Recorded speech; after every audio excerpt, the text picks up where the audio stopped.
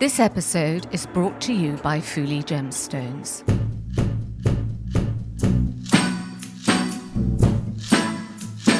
The Fettercairn Jewel emerged in a sale in 2017, having come out of a house, and this is why it's called Fettercairn Jewel, Fettercairn House up in Aberdeenshire. It was found in the back of a drawer when they were clearly clearing out all the contents, and they went, what's this? And there was this utterly exquisite piece sitting at the back. I'm Carol Woolton, the voice of jewellery. Welcome to If Jewels Could Talk. I'm an author and broadcaster, and the woman who initiated the role of jewellery editor at magazines like Tatler and Vogue. This is a podcast for everyone, for people who do like jewellery, for people who don't realise they like jewellery, and anyone intrigued by fascinating facts, new ideas and forgotten histories. So join me as I tell sparkly tales and meet all sorts of people, delving into 4 centuries of jewellery culture and investigate what's happening now.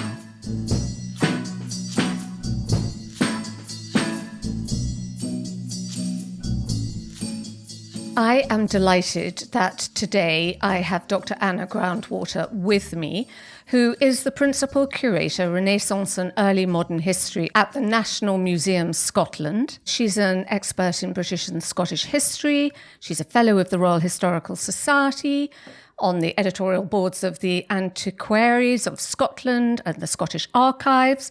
I could go on and on. And we're talking about the new publication of the National Museums of Scotland, edited by Anna, called Decoding the Jewels, Renaissance Jewellery in Scotland. And in particular, we're going to focus on the mysterious journey of a 16th century Renaissance jewel, which disappeared and reappeared fairly recently. We're going to try and unravel what might have happened in its history, so keep listening. Anna, thank you very much for joining us today. Well, thanks so much for having me. I wanted to talk firstly about the style of Scottish Renaissance jewels, who would have worn them, a little bit of the background of the time that produced them. So I guess there was a small number of people wealthy enough to own these type of jewels. The kind of people that would have worn or owned these jewels are obviously restricted to the elites. So that would have been the mercantile elites, the lairds and the nobles, and of course the royal court and the kings and queens of Scotland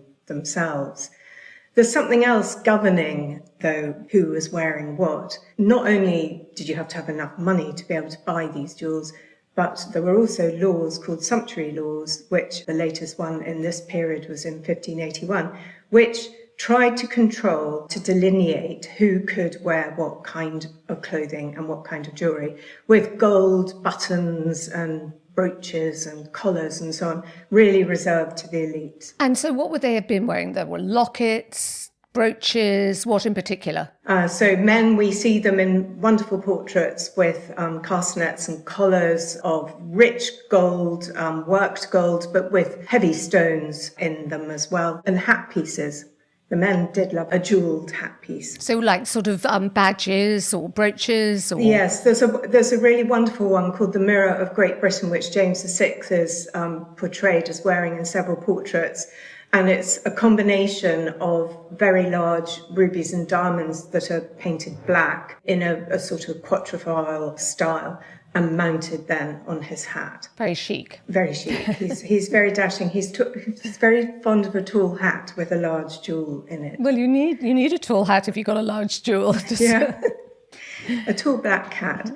And then for the women, they're literally covered in it. It's both jewellery that they wear, but also the jewels that are worked into their hair, worked into the border of a head covering, worked into the quilted clothing, into the borders on a sleeve, and so on. So buttons, but also, if you think about those portraits of Elizabeth I, the material of her dress is sewn with pearls, it's sewn with jewels. The very framing of the more removable jewels is in the clothing themselves. But then, in terms of what they're actually wearing, they are wearing jewelled collars, they are wearing pearls, and rubies hanging from their ears, although earrings aren't as prevalent in the 16th century as they are to become. They're sort of less important really in the whole bling of it.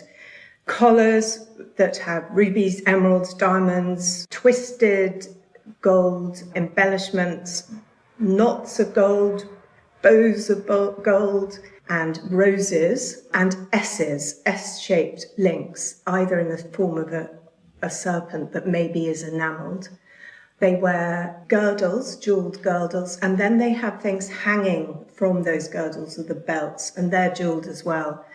And then, yes, finally are the lockets, little jewelled lockets, sometimes framing a miniature portrait, sometimes framing a beautiful jewel, like a big ruby or a big emerald, and covered in enamelled designs, and maybe framed with pearls. It's very heavy to actually support that weight of fabric and weight of jewel. Yeah, no, so it would have actually constrained your movement, I think, the weight of all this, and not wanting to dislodge it. Yes. So if you look at the inventories of jewels in this period, sometimes it is just literally a listing of the numbers of rubies, the numbers of pearls, the numbers of diamonds, whatever. Very good inventories exist for Mary Queen of Scots jewellery, taken at various points in her life, and you get a real sense of the sheer quantity that could be repurposed at any time. So yes, sewn on clothing, or made into a jewelled button to go down a bodice, or into a locket. So they were wealthy, they were bejewelled. And what was the historical background around the sort of English-Scottish relationship? What was happening at that moment? We're talking about Renaissance jewels in Scotland in the 16th century, but really most of the examples that we have are really from the second half of the 16th century.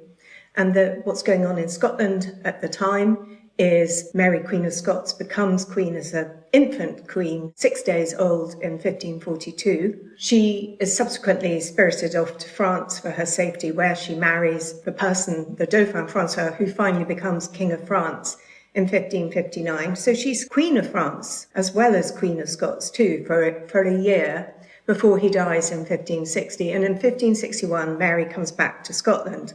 At the same time in England, you've got Elizabeth I, obviously, sitting on the throne.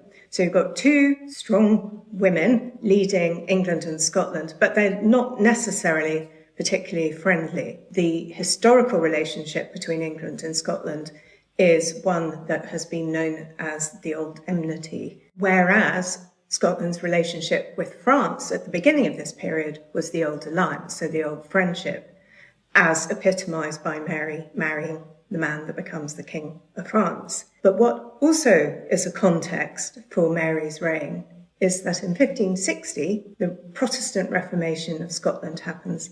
Now, this is a religious revolution away from Catholicism, away from the links with Rome and the Pope, towards Protestant networks within Europe, but also within Britain, and ultimately propels Scotland towards England, that it allows their friendship to develop because they are of the same reformed religion. So it's a religious revolution in terms of becoming Protestant, but it's also a political rebellion because it happens against the wishes of the Catholic Queen, Mary Queen of Scots, and her mother, who was regent when it happens, Mary de Guise. So religious revolution, political rebellion, and something that's gone against the wishes of Mary Queen of Scots when she comes back into Scotland, and it is an uncomfortable position for her to return to. So that's the sort of political context of the time. So quite a lot of turmoil happening. A lot of turmoil. Mary wants to be Elizabeth's best friend. They are cousins, after all. And also Mary has her own right to the succession of the Crown of England, which she's very keen to get Elizabeth to confirm. Elizabeth never does this. And in a way, I always think it's such a tragedy for Mary Queen of Scots that the king died, because I think her whole life would have been different, wouldn't it? Because she went on to such tragedy and such terrible relationships that destroyed her life. I think one of the things about Mary is, yes, it's an unknowable what would have happened, because at the same time you've got this Protestant revolution happening at home in Scotland. She would have had to deal with it at some point. France would have had to deal, a Catholic France would have had to deal with a Protestant Scotland at some point.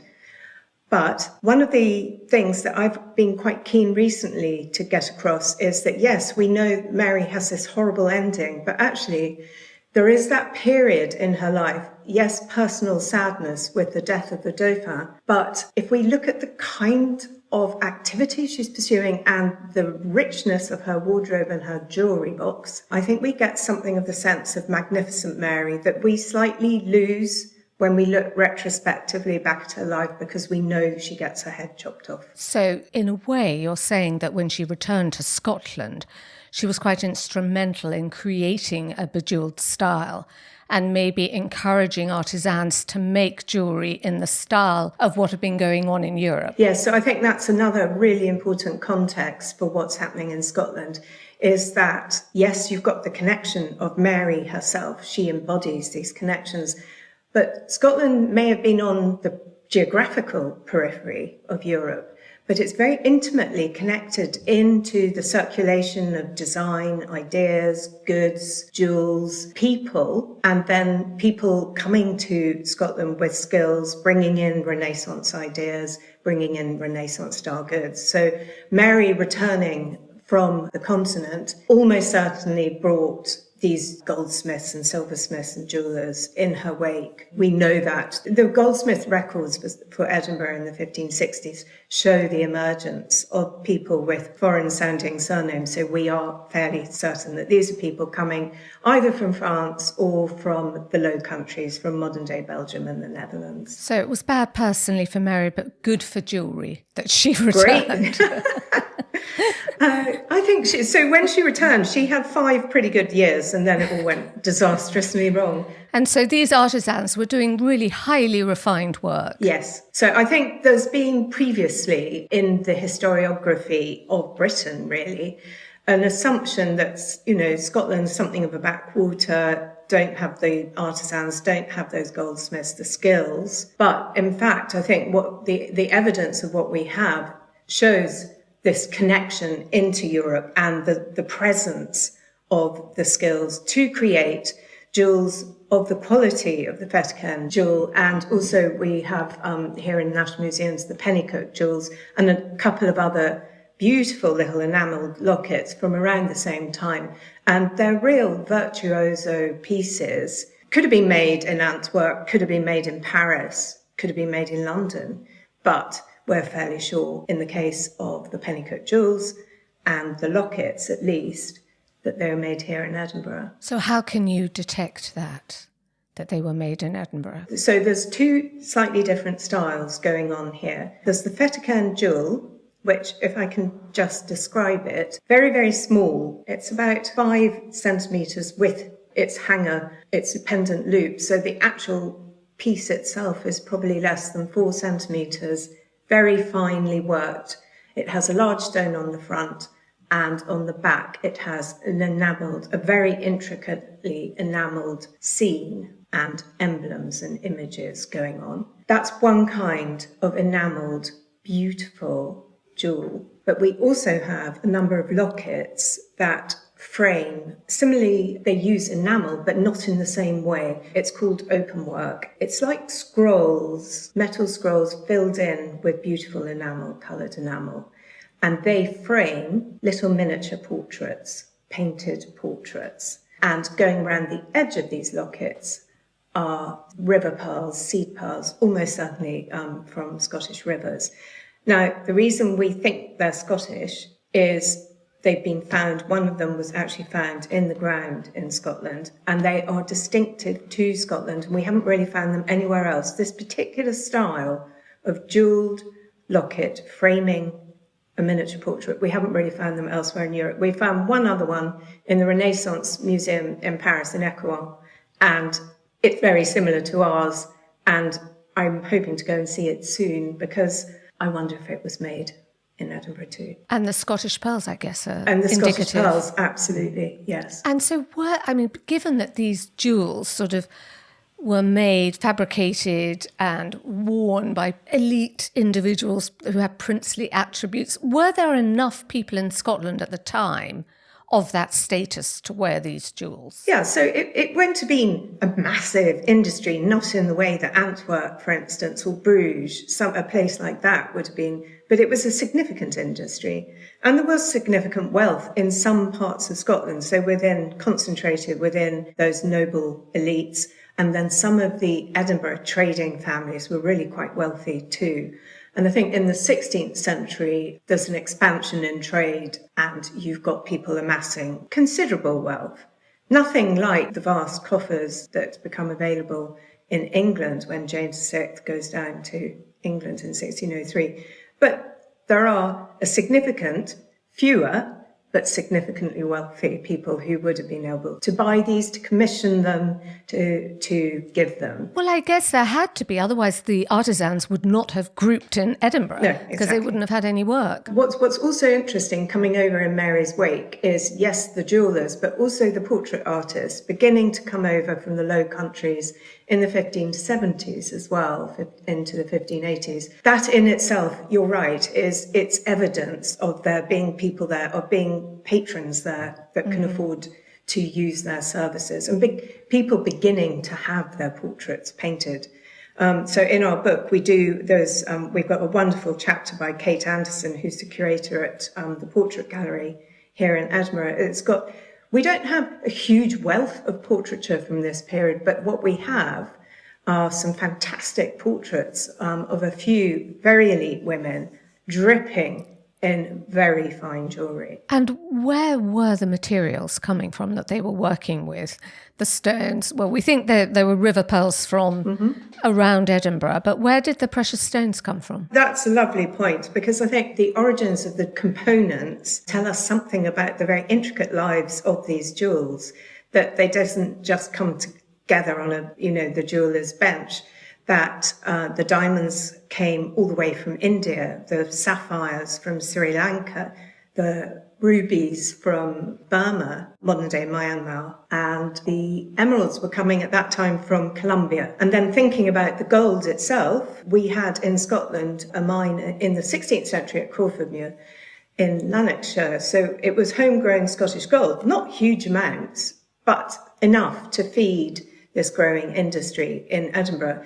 And these goldsmiths weren't just making beautiful jewels, they were also making tableware and decorative objects. So in the museum, for instance, we have 6 mazers made in Edinburgh in the mid-16th century, demonstrating all the same virtuosity that the jewels themselves show in terms of their engraving and the working of the gold and the silver. So they've gone a long way. This is quite a sophisticated trade system going on for the goldsmiths. Yes, so I think it really shows just how connected they are into what's happening elsewhere in Europe, that they're tapping into something that is becoming a globalized trade.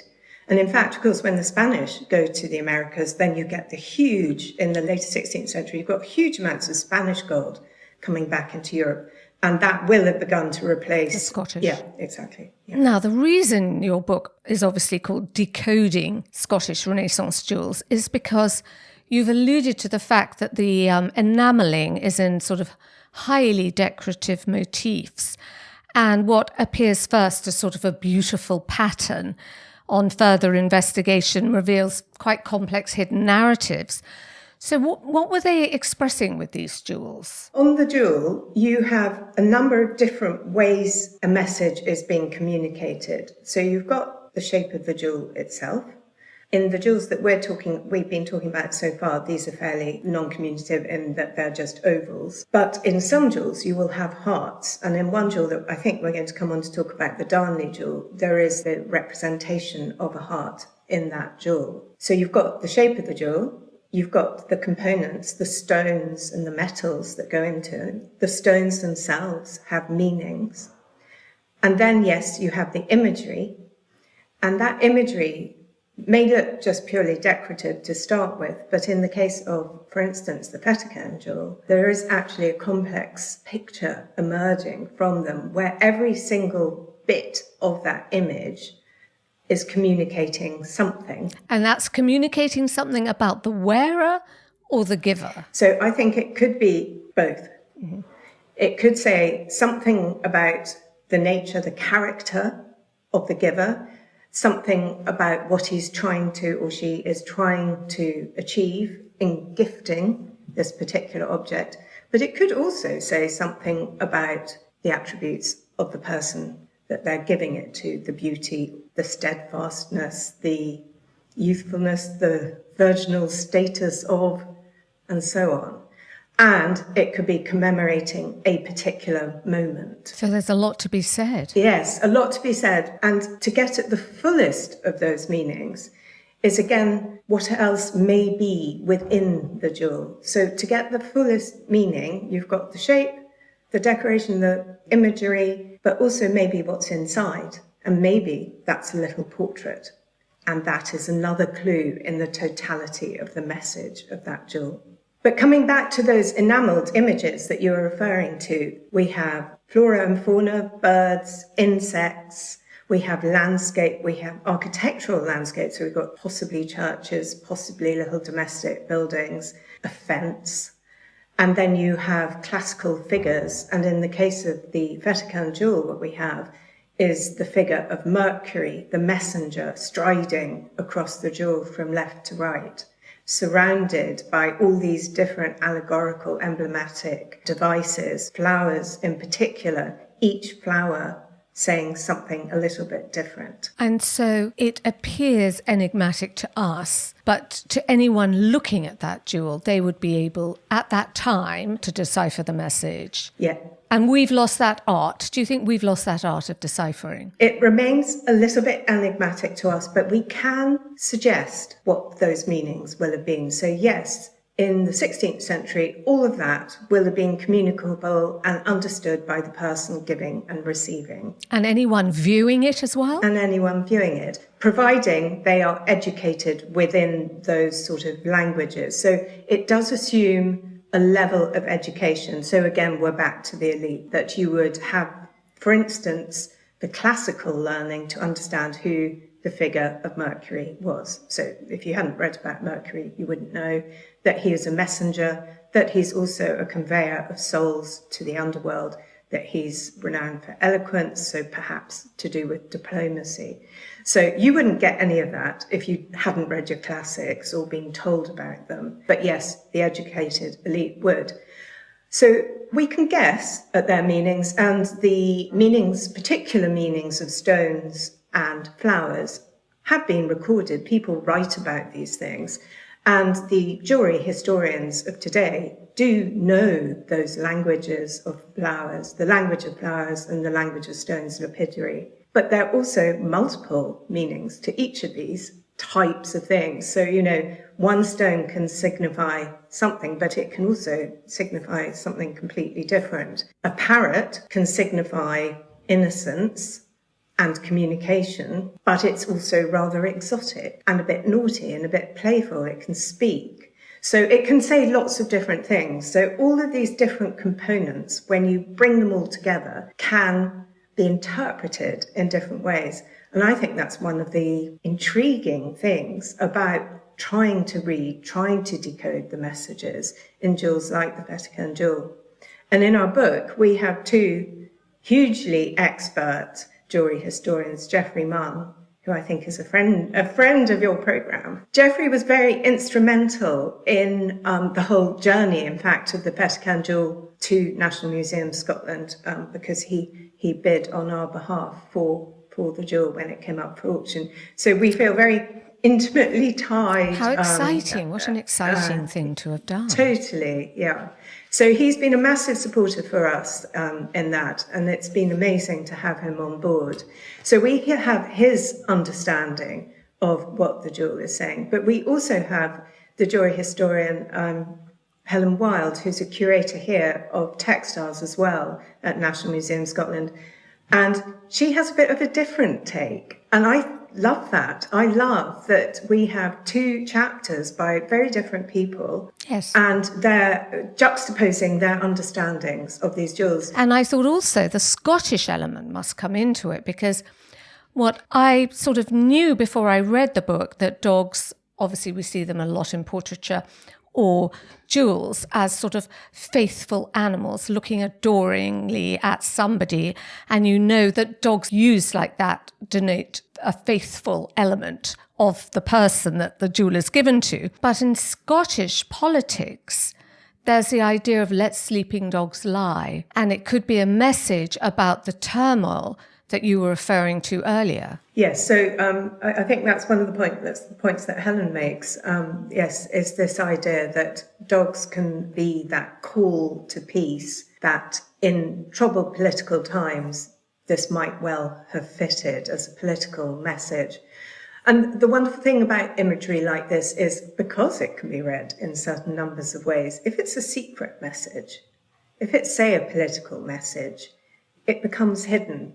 And it becomes difficult to prove that it's potentially something that a king or queen wouldn't want to be communicated. So it's a garnet, the stone, on the opposite side to the enamel. What would be the specific meaning in this instance of the garnet's use? So the garnet's an interesting one, partly because of its colour, red, and then the nature of the stone itself. So red is typically associated, red stones, both rubies and garnets, associated with Christ's passion, so the drops of blood, but also the colour and therefore the stones associated with the expression of love, of passion, of desire. And then the very nature of the garnet, it comes from a family called the Amandine garnet, it has a sort of translucence, it has a reflective quality, which has been used over the centuries, for instance, in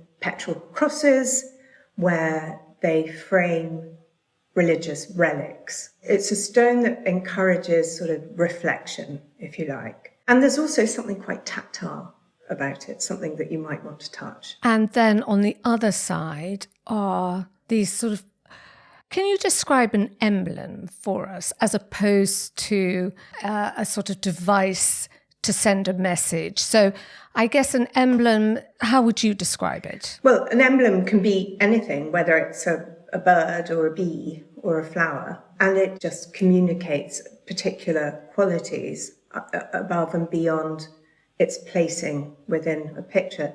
You can have sort of more heroical devices and heraldic devices. They're also a kind of emblem, but that's not what we have on the Fettercairn Jewel. On the Fettercairn Jewel, it's all down to the language of flowers and of the landscape and of the Mercury, the figure of Mercury, the little dog, the parrots, there's a dove. So they're representing a purpose or a direction of what somebody should think. Yeah. So for Geoffrey, the striding figure of Mercury represents a transitional moment in someone's life. Mercury is striding from left to right, and on the left is a vase of flowers, a huge vase of flowers that's a blue vase, also to do with love. And it's sprouting flowers, all different types. So there's gillyflowers, cornflowers, pansies, all of these symbolizing something slightly different. So we have gillyflowers expressing love, but also fortitude. We have pansies, which are to do with, they come from the word penser, or in French, or in Latin, pensare, which means to reflect or remember, to think about. So positively meditative, possibly commemorative. We have a thorny rose, so to do with passion and the fact that the path of love is not always smooth. And we also have red cornflowers, again, to do with passion. And Geoffrey, so he's very keen on the idea of the fertility, the abundance that is suggested by these flowers. And then the other thing that he says, rather intriguingly, is that underneath, in between Mercury's legs, as he's striding along, is one single turquoise blue forget-me-not, which he says is to do with fertility. And potentially, it's the idea of the seed being dropped and something, procreation, coming out of whatever this transitional moment is that's being represented in the jewel's image. So for Geoffrey, he thinks that this transitional moment is possibly something like marriage. So moving from one state of virginity in love into marriage and then procreation. And fertility. So a strong message of fertility. And so in Helen, in contrast... she suggests a number of meanings. She suggests something that is perhaps, political, hoping for peace, that letting sleeping dogs lie. Something to do with a diplomatic gift or message, to do with the parrots and the communication that Mercury suggests. Something perhaps to do with the birth, because you've got the dove and the butterflies. So the butterflies, the symbol of, emerging from a chrysalis and becoming something. So perhaps to do with birth or inheritance or conception.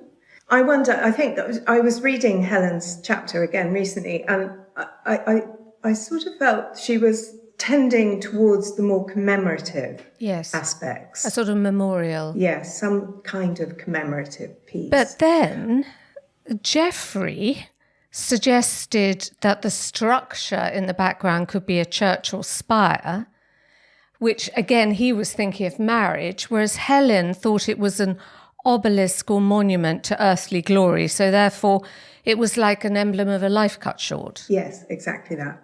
So we have two slightly opposing views, but both of them equally valid. So what do you veer towards? Well, I'm going to be diplomatic. But what I would say is that it's a very evocative piece and that love is hugely present in it. It does seem to be saying something very strongly about love and something about a relationship between two people. I think what the moment of that relationship is not so clear, but there's clearly huge love in it. And you mentioned the Darnley jewel earlier, because that's got incredibly complex enamelled messaging going on. All sorts of things coming through there and a complex message which you can tell us about. But I was particularly interested in, when we've talked about flowers, the use of the sunflower in the Darnley jewel, which again is sprouting from two limbs in between. And will you tell us the background to that? Yes, so there is this rather amazing jewel called alternatively the Darnley or the Lennox jewel on display at Holyrood House. And it's an utterly astonishing jewel. The Fettercairn Jewel is restrained, I would say, in comparison. They're slightly different in size as well. The Fettercairn is, as I say, it's about probably 4 centimetres, where the Darnley Jewel is nearly 7 centimetres. So it's really quite substantially bigger. And it is encrusted in imagery. So on the front of it, it has the 4 figures of faith, hope, victory and truth, all brandishing various instruments in real 3D relief and highly coloured combination of enamels, but also of rubies and emeralds, and a huge dark blue glass cabochon in the centre of it. And on its reverse, it has this astonishing series of very emblematic figures, including a phoenix rising from the ashes, a salamander, also surrounded by flames, a huge sun, and then at the bottom, as you say, this figure of a man reclining with a huge, massive, sprouting sunflower coming out of his loins. So clearly some kind of allusion to a progeny. And given that was Lady Margaret Lennox, who heard about the mother of Lord Darnley, who was murdered, married to Mary, Queen of Scots. So the progeny was James VI of Scotland and the first of England. So this sunflower, do you feel, is representative of his birth? It's likely to be, if we accept the context of Margaret Lennox giving this or commissioning this jewel in commemoration of Darnley, her son, and the Earl of Lennox, her husband, who was assassinated 4 years after Darnley was murdered. Yes, this would be a representation of James VI and First, who becomes King of England in 1603. And there's also the juxtaposition there, I think, also of the phoenix on the top right of the jewel And this is an image that we know that Elizabeth I herself uses. She's in paintings as the phoenix, using this imagery of the phoenix, signifying rebirth and renewal, a hope for the future. So one of the things that Deborah Clark, who is the person that writes about the Darnley Jewel, who used to be the curator at Holyrood House, she suggests that this piece is potentially something that suggests the Margaret Lennox's hopes for the succession of her grandson, James VI, to the English crown. Not something that Elizabeth would have been particularly happy to see, because Elizabeth didn't want to think about her death and what might happen after it. Because she had no successor. She had no direct heir. She had no sunflower potential sprouting at any point. No sunflowers for Elizabeth. And plenty of suitors trying, but she resisted. So the amazing thing is that these pieces survive, and survive intact and so beautifully. But the survival of the Fettercairn is kind of extraordinary, isn't it? Because that was only discovered recently, wasn't it? In 2017. It had lain hidden somewhere. Can you tell us where it was hidden? Yeah, so the Fettercairn Jewel emerged in a sale in 2017, having come out of a house, and this is why it's called Fettercairn Jewel, Fettercairn House up in Aberdeenshire. It was found in the back of a drawer when they were clearly clearing out all the contents, and they went, oh, what's this? And there was this utterly exquisite piece sitting at the back of a drawer. And to be honest, I can tell you some things about where it came from, but I really can't tell you the whole story. So in the same way that we don't really know for sure what the imagery is telling us, we're not entirely sure of its journey. So there are two potential routes. It comes out of the collections of the Forbes of Pitsligo, who'd lived in the 19th century at Fettercairn House, and they had passed on through the Earls of Clinton, who'd married into the family later in the 19th century. But there's another route that they might have come through as well, which is from two families, the Belshies of Toft and the Stuarts of Buttermilk, both of which are southern counties in Scotland. So how they end up quite up north in Aberdeenshire, I can't exactly tell you. But there are these various lines, various routes in to a collection that finally ended up with the Forbes of Pitsligo and then in the hands of the Earls of Clinton into the 20th century. We've been through the records, we've been through the archives of the Forbes of Pitsligo. There's no record of it anywhere in those. We've been through various wills and inventories, it's not there. Portraits, not shown in a portrait? Not shown in a portrait. So it's a little bit of a mystery. But that said, both the Belshies family and the Stuarts and the Clinton family, which is an English family originally, all were very prominent already within the 16th century. So they are the kind of people that could be commissioning luxurious jewellery, or they could be buying it in from someone else. So we're not entirely sure how it comes to be there. We continue to do archival research to try and track it back further. And no doubt one day, hopefully, we will find it. But there is one key bit of evidence missing, apart from that archival evidence. Yes, this is the other great mystery of this jewel. Yes. We don't have the image. We don't know who was on the miniature portrait that was once encased by the jewel, that was once secreted inside the jewel. We know that one was there. There's a mount for it. There's the framing for it, a gold framing, that's obviously been forced. So that is a big clue. Somebody forced that portrait out because they didn't want to be reminded of whoever it was. Yes, or they wanted to replace that person with someone else. Yes. But the way it was forced, I imagine that was done with force.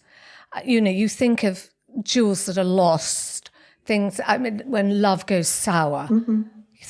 Engagement rings are thrown. The Duke of Westminster gave Coco Chanel a ring thrown over the side of his yacht. You know, when love goes sour, people get cross, yes, and jewels can suffer. So I imagine that maybe it was a love affair that went wrong and someone ripped it out. well, that's a lovely interpretation. Let's keep that one. Yes, absolutely. So I hadn't thought of it like that. So that's wonderful. A love affair gone wrong. Equally, it could be second wife, get the first one out.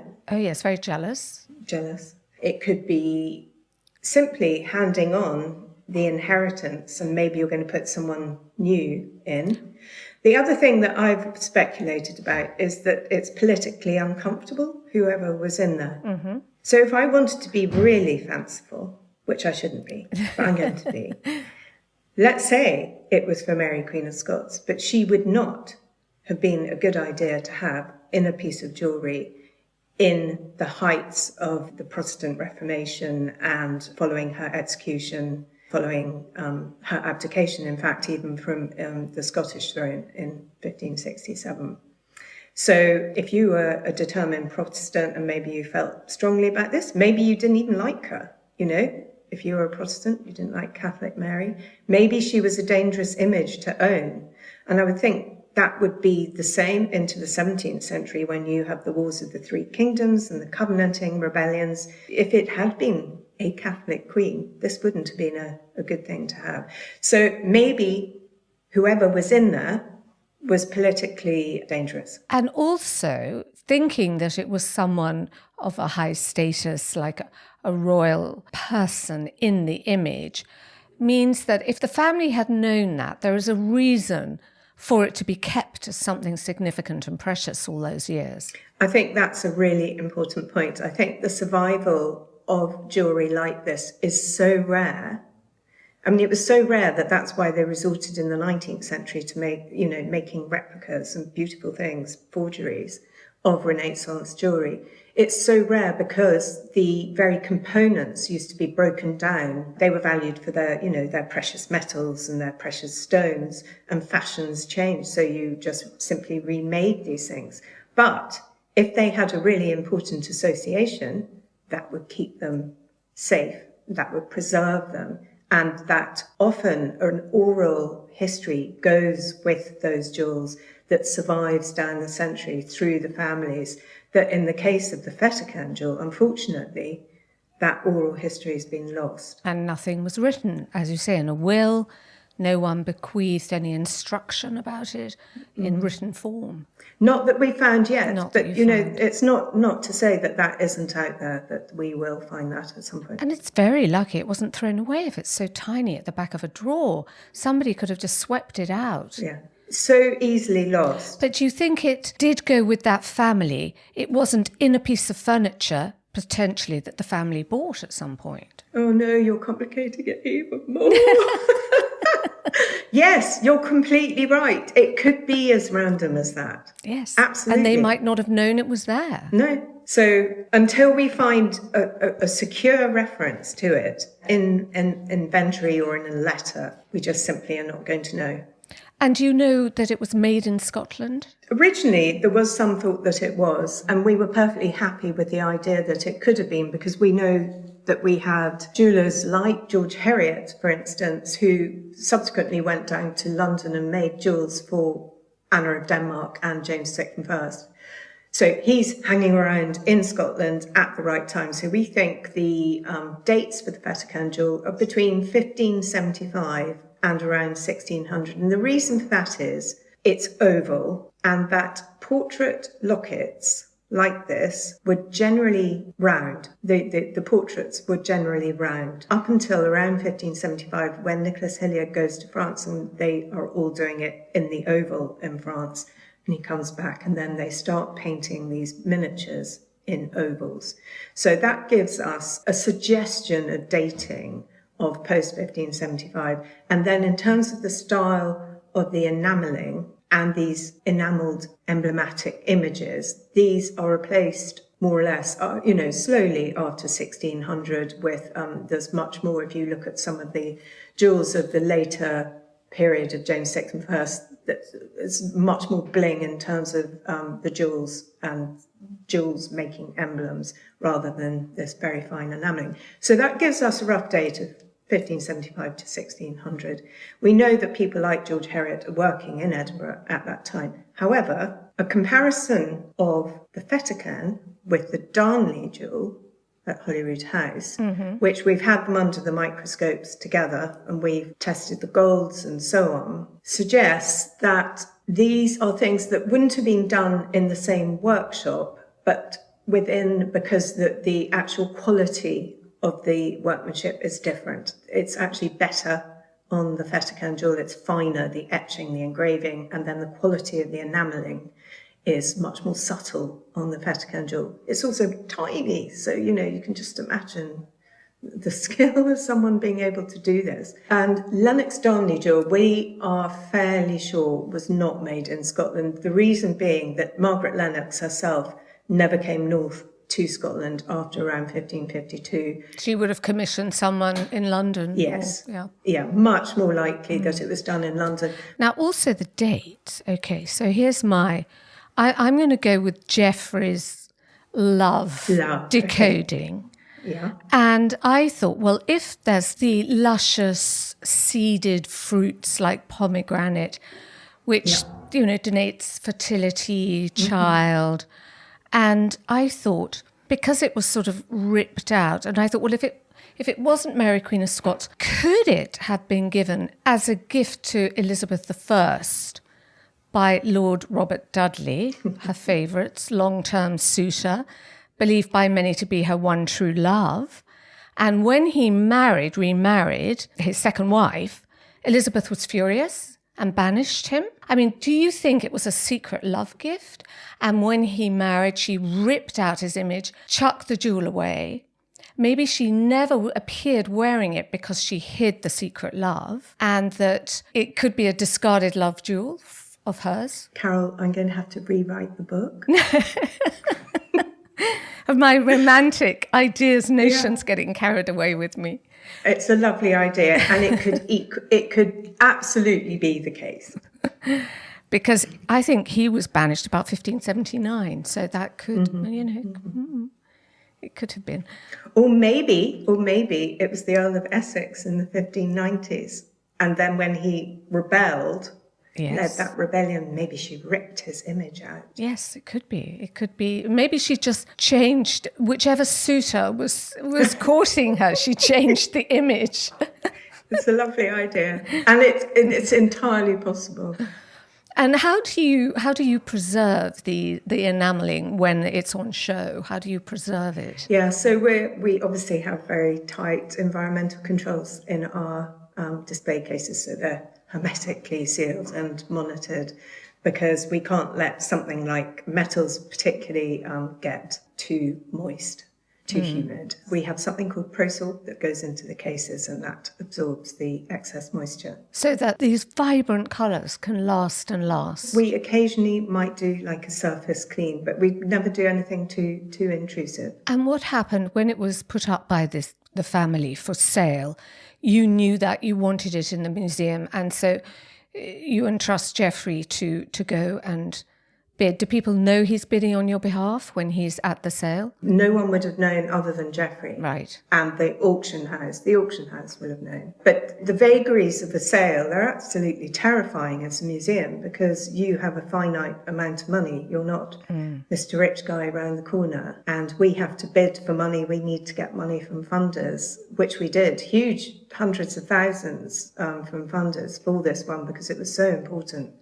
But yeah, you don't know you're going to get it at the end of the day. And we don't always get these things. And it's so important, because then they go on public display and not into private collections. Yes, and not abroad when you want it. And not abroad, yeah. Where it's the story is relevant to that place. Absolutely, yeah. Keep it local. So when you study these things and you're looking at them and writing about them, do you mourn the loss that we've lost the sort of enigmatic messaging that goes into jewellery these days? The intricacy of that little dog or that little flower, the gillyflower, whatever it is, we have lost that kind of understanding. Most people have lost that kind of understanding today. But I think what still resonates is the emotion that people continue to invest. We still use jewellery for those significant moments, whether it's a marriage, a betrothal, a death, a ring to celebrate the birth of a child. We still invest our jewels today with the kinds of emotions that people were investing in 400 years ago. And the other thing that when I'm writing about these jewels and when I'm looking at them on display and writing, interpretation labels and so on, is that emotion remains, and it's a very good connector. So it's a very good connector for people now to think about when they look at something like the Fettercairn Jewel and go, that was a love token between two people in love in the 16th century. It gets them more into that place rather than just something that happened 400 years ago. It bridges the centuries, and it's the emotion that does that. The human side of the stories. Yes, exactly. Somewhere in the book I say, this book is not just about jewels, it's about people as much as it is about pearls. And we want to know more about the people who made and owned that jewel and maybe wore it. Yes. Now, anyone can read your book, Decoding, on the website of the publisher. Could you tell us the name of the website? Yes, so it's Sidestone Press. It's a Dutch press, and it's online. You just Google Sidestone, and you can read it for free there, and all the images and so on. It's almost as if you were reading the real thing. You can buy it off Amazon or through our own website, the National Museum's website. Well, we're going to put some images up so people can see what we've been talking about.